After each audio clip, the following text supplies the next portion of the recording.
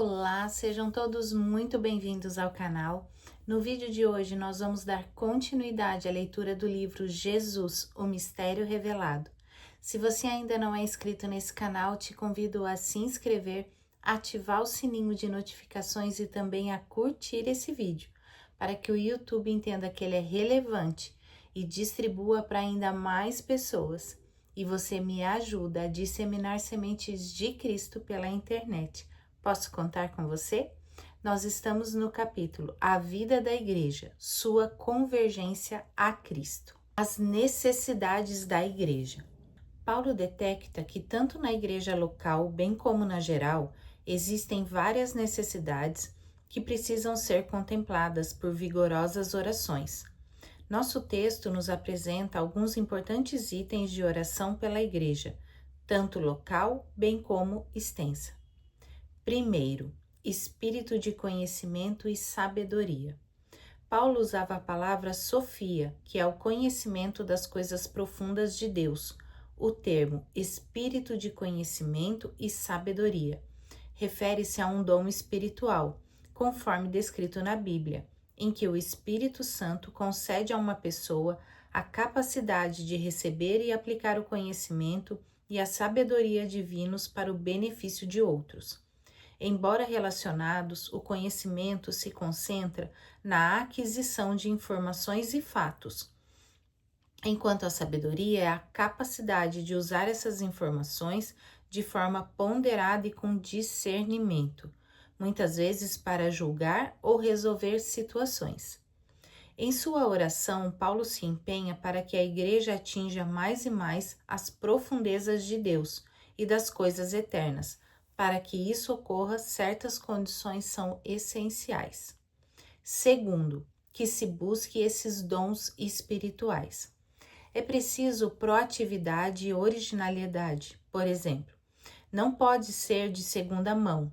Uma vez disse Goldsmith: assim como eu retiro os meus sapatos do sapateiro e o meu paletó do alfaiate, assim eu obtenho minha religião do sacerdote. Não é assim que obtemos a sabedoria e o conhecimento espirituais. Precisam ser hoje originais, diretos do Senhor Jesus. Homem sábio busca sabedoria em Deus. Terceiro, a pregação. William Shillingworth disse a Bíblia, e tão somente a Bíblia, é a religião do protestante. Corroboramos com ele para reconhecer que a exposição das Escrituras dos nossos púlpitos é o primeiro requisito para um poderoso avivamento. Quarto, equilíbrio entre a exposição da palavra e as discussões dos problemas deste mundo. Equilíbrio entre a exposição da palavra e as discussões dos problemas deste mundo. É importante pregar com a Bíblia em uma das mãos e o jornal na outra, mas proeminências é da palavra. Outra necessidade pela qual Paulo ora é que os irmãos sejam plenos da revelação e do conhecimento de Deus. Essa é uma essencialidade para o crescimento do cristão em conhecimento e graça. É comparada ao exercício da vida profissional. Se não houver uma busca constante de novos conhecimentos, fazendo sempre as atualizações, o profissional para no processo de sua profissão. E, ainda, Paulo vê a suprema necessidade de os crentes discernirem qual a sobreexcelente grandeza do seu poder sobre nós, os que cremos, segundo a operação da força do seu poder, que manifestou em Cristo, ressuscitando-o dentre os mortos e pondo à sua direita nos céus. Para o apóstolo, a sobreexcelente prova da operação do seu poder é a ressurreição do Senhor. A ressurreição prova que o eterno propósito de Deus não pode ser frustrado por nenhuma ação humana. Sem dúvida, Deus está em controle de tudo, no céu e na terra. Quinto, que os crentes tenham a real e poderosa visão de que Deus exaltou Cristo.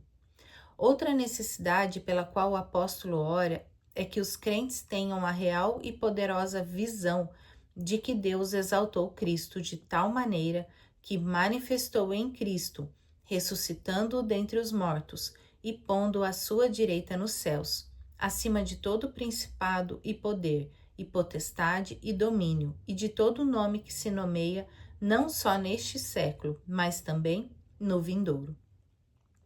Aqui podemos concluir que era corrente a crença de que havia nas religiões dos céus e da terra várias categorias de seres espirituais.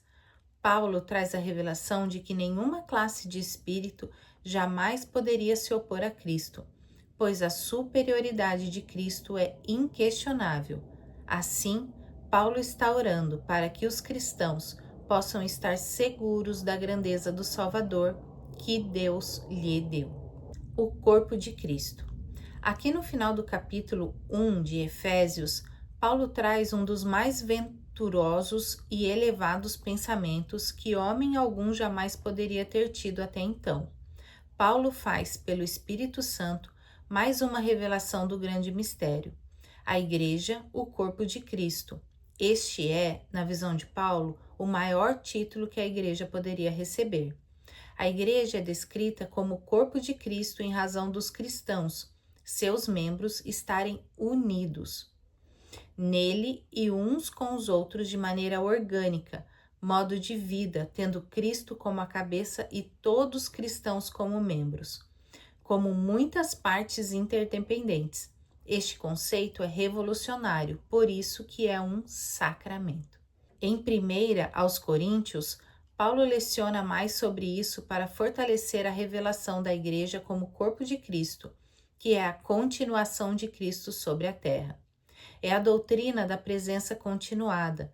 É por esse meio que torna possível a extensão do ministério e da expressão do amor de Deus, por meio dos diversos dons dados por Deus à Igreja, individualmente a cada membro, como a congregação, como o organismo.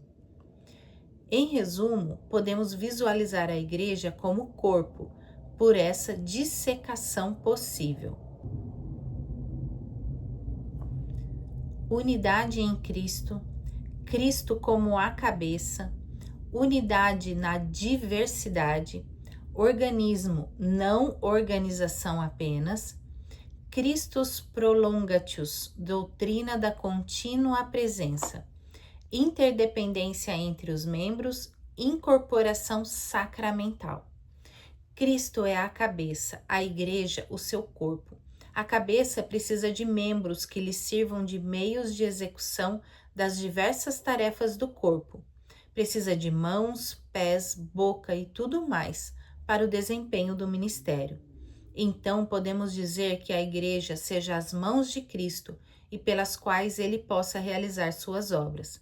Que a Igreja seja seus pés para levar a mensagem, sua boca para anunciar a palavra.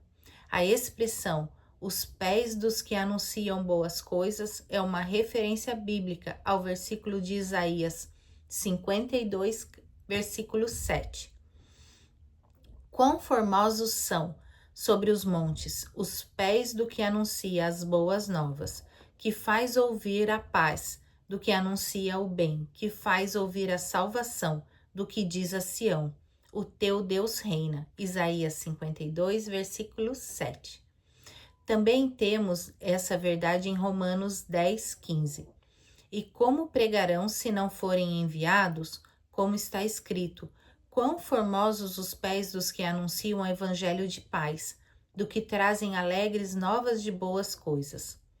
Mas nem todos têm obedecido ao evangelho, pois Isaías diz, Senhor, quem creu na sua pregação?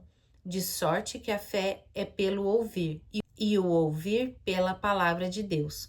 Mas digo, porventura não ouviram? Sim, por certo, pois por toda a terra saiu a voz deles, e as suas palavras até os confins do mundo. Estes textos descrevem a beleza, o valor e a essencialidade da Igreja, o corpo de Cristo, dos seus mensageiros que trazem notícias de paz, salvação e a mensagem do Evangelho. Em vez de um significado literal sobre os pés físicos, o texto usa uma metáfora para realçar o quão bem-vindos e importantes são aqueles que levam boas notícias. especialmente as boas novas de salvação em Cristo. Vamos terminando a nossa leitura aqui por hoje. Desejo a todos vocês uma abençoada semana e até a próxima leitura.